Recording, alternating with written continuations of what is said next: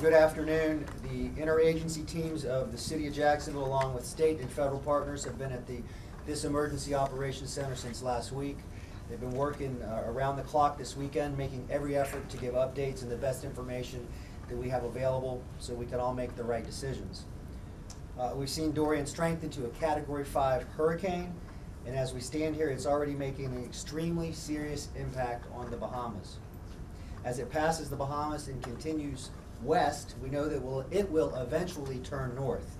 Until it does make that turn, the exact path and proximity to northeast Florida will be a forecast made with the best information available at each time. But it will take many more hours to know the exact path. This is an uncomfortably close track offshore of the Florida Atlantic coast. Any deviation to the west will mean a bigger and more severe local impact.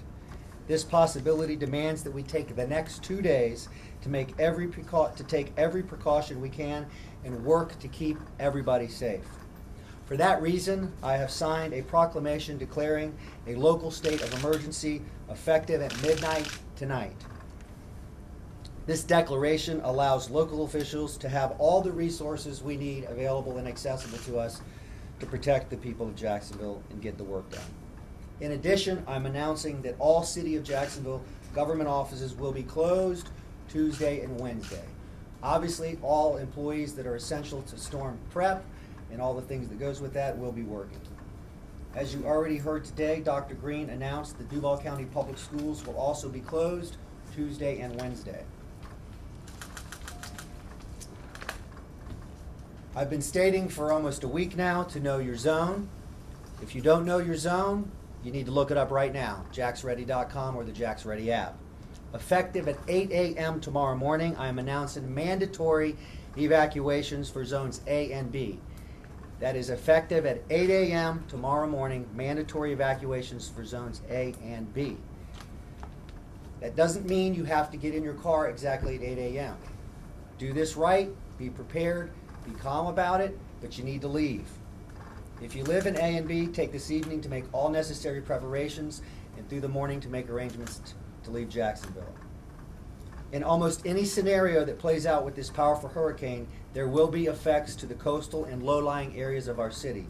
If you're in zones A or B, get ready tonight and tomorrow begin to evacuate. We know that many of you were camping over the holiday weekend. A reminder that Huguenot and Hannah Parks will fall in zone A, so you must evacuate starting tomorrow. The weather, some of the weather you saw today and you'll see tomorrow is not Dorian. It's a nor'easter. So when you are evacuating tomorrow, this is not impacts from the hurricane. So you do not be concerned that you're traveling in that. You have tomorrow to prepare and leave. Shelters will open tomorrow morning at 10 a.m., beginning tomorrow morning at 10 a.m. For information about location and what to bring, go to jacksready.com or call 630-CITY. Again, they open at 10 a.m. We have until Tuesday evening, probably, until we have an event. So you don't need to be at the shelters at exactly 10 a.m. If you're going to go to a shelter, please bring essential stuff, bring food, bring pillow. That stuff is not provided at shelters. The St. Johns River Water Taxi has suspended operations as of today, and we will notify you when they reopen. With that, I'd like to ask Angie with the National Weather Service to come up, please. Hi, good afternoon. My name is Angie Inietti. I'm a National Weather Service meteorologist here deployed at the Emergency Operations Center to assist with Dorian operations. As of 4 o'clock this afternoon, powerful Hurricane Dorian, Category 5, was severely impacting the Bahamas. Sustained winds were 185 miles an hour, gusts to 225 miles an hour. So as the mayor said, this is a very potent storm. The latest forecast track is very similar to what we saw this morning, bringing the storm uncomfortably close to the mainland of the Florida East Coast. As the storm makes its closest approach to the first coast, that time period will be through the day on Wednesday as a Category 3, which is a major storm. Now, with the position of this storm and the anticipated forecast track, the strongest part of the storm, those strong Category 3 winds, are expected to be offshore away from our local coast. However, we will be on the western side of the storm, and we are preparing for sustained tropical storm conditions along the immediate coast and the riverfront. We're expecting the stronger winds and the threat of storm surge as well. So this is a precariously close forecast track, And at this time, we are seeing deteriorating marine conditions, high waves, rough surf.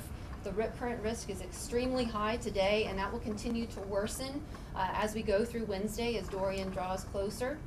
In addition, as the mayor mentioned, tomorrow we are expecting even more rainfall coverage than what we saw today with a nor'easter. Again, not Dorian tomorrow, but we will continue to see waves of rain moving on shore. It will be gusty at times. We'll have strong wind gusts.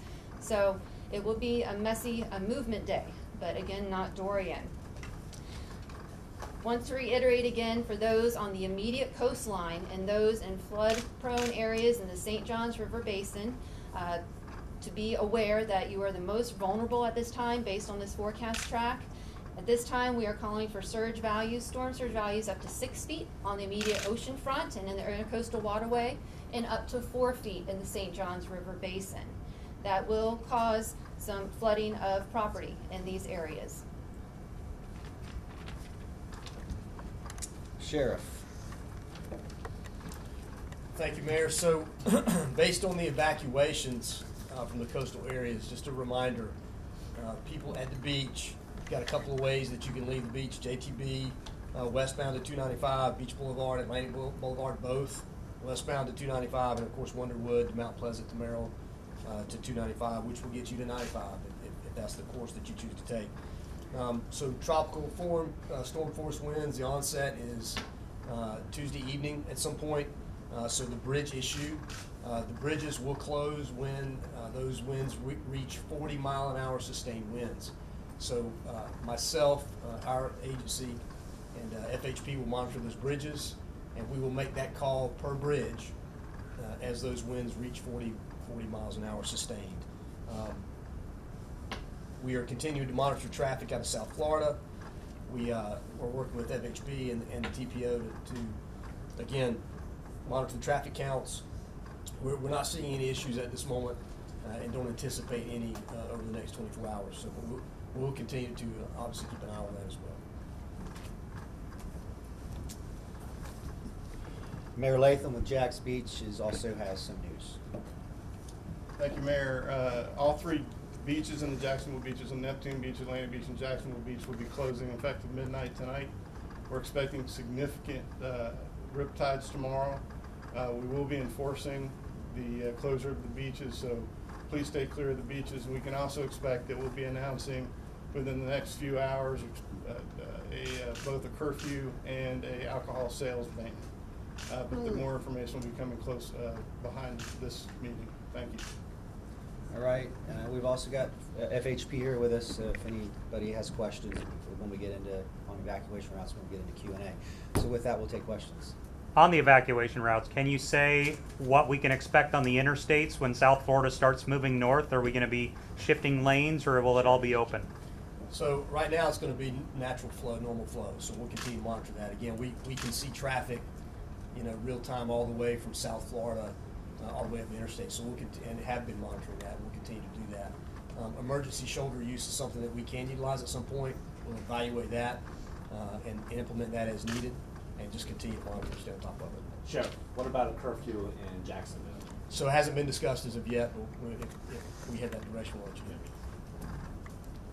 As far as schools, can you say anything about the status of how we're determining when to cancel school days, how that determination is made, and if this could progress into Wednesday and Thursday in Duval? I'll let Dr. Green obviously address that, but I'll say at this center, we're all working together and speaking with one voice. So evacuations, school closures, city closures, we're all making judgment calls based on the information we have and based on our historical experience. Mayor Curry answered it perfectly based on information from the EOC. The superintendents that have counties contiguous, we also have conversation to make sure that we're kind of all on the same page. But our goal is to be one community and have one voice, and the school district is here to support our community, because we will also be, when the shelters open, many of those will be our schools. Dr. Green, how concerned are you about the older schools withstanding some of these winds?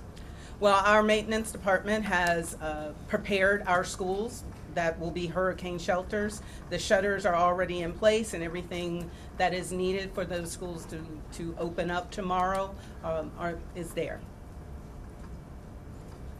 Senior citizens, people who may not be as in touch with social media and where to look up stuff on websites, is 630 City still their best option? 630 City is the place to be and place to call. Yes. What's being done about the seniors evacuations and monitoring nursing homes and things like that for how well they can? If you have 630 City, 630 City for any information that you need. If it's a medical emergency, you need to call 911. Look, nursing homes need to have a plan, and we stand ready to help, and they just need to heed the warnings, and that's the expectation. There's a number of nursing homes that aren't in compliance right now with what came down from the state following Irma. So how much of a concern is that? They ought to be in compliance, but my concern right now is that they heed the warning and make sure that they take care of the people that they're supposed to be protecting, and make sure that they're in a safe place as the storm approaches.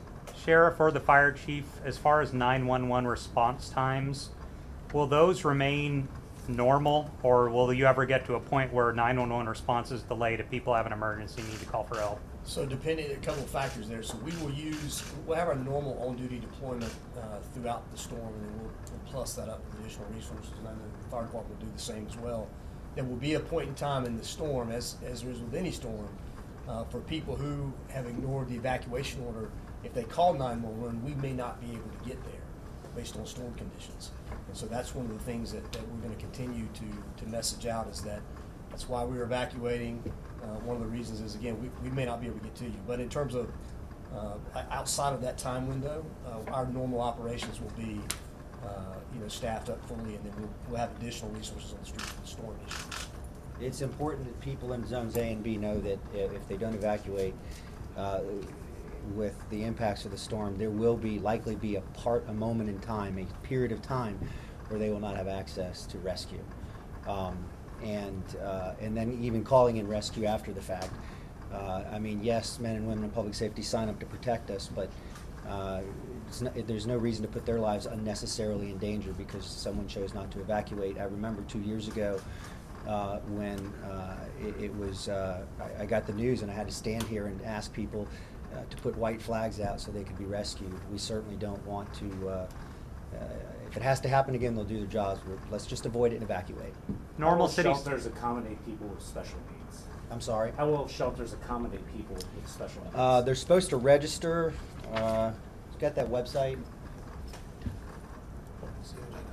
I don't have the website. COJ.net special needs. They should be registered there, and they register. The city has we have a process to make sure that they're taken care of. JTA buses, will those be running normal? A lot of people are going to start using them tomorrow morning for work.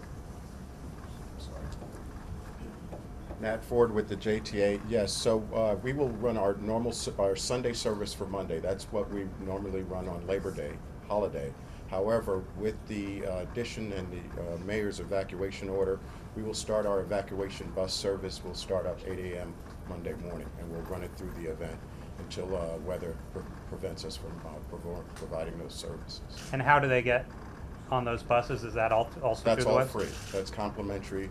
So just the buses will actually have that on the head sign, free shuttle, and they can actually ride the bus for free to a pickup point.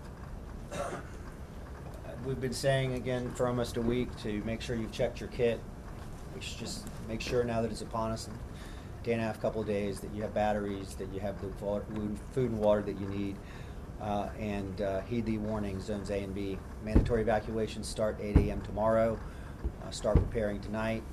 Do what you need to do and get out of here sometime tomorrow. Mayor, is there a lesson learned from Irma and Matthew that you can apply? There's one thing you learned from those storms. My biggest concern, and this is the third now, is that it could be a person that chooses not to heed the warning and evacuate. This is very serious stuff. This is a very powerful storm. It's very dangerous, and we don't want to lose people unnecessarily. Just heed the warnings. I know this has been a long week because this thing slowed down, and it's been a holiday weekend. Some people may have tuned out. But just, if you're an A and B, go. And I want to thank local media for covering this and making sure, obviously making sure that people have all the information that they need. Mayor Nick here, First Coast News. Any concern in gas supply? I have not heard any reports on gas supply. Sheriff, I don't know if you have. But obviously, we've dealt with that before in previous storms. And when it happened, we were right on it with the governor's office and the governor's team, and we would do the same thing again. This is a message or a question for Aaron. Aaron, how prepared is JEA right now? We're well prepared. We've doubled our resources both on the power and the water side. We're staged throughout our service territory. In the event any of our customers have any questions, they can go to JEA.com or they can call 665-6000. We're prepared. We have all the resources we need. Did you clip any trees or anything ahead of the storm to protect power lines? Yes, yeah. We've actually been doing that throughout the year in order to be prepared for any storm event, as well as making sure that we have all the backup generators ready to go for our water and wastewater systems. We also have 100 additional portable generators ready to go, as well as some bypass parts. How much help are you expecting from out of the area in case you need it? So we brought in help from Texas. Two of our partners from Texas have lent us help, and we're staging those throughout the service territory to augment our resources. Can anyone speak on pets, animals, what people should be doing with their animals? That information is also available at jacksready.com, JacksReady app, and 630 City. When's the next briefing? Do we know? Stay tuned. Same thing as something develops. We'll get to you as we see additional models and tracking. But the important thing right now is A and B. Get ready, 8 a.m. tomorrow morning, and you have the day tonight and tomorrow to prepare and move. Thank you.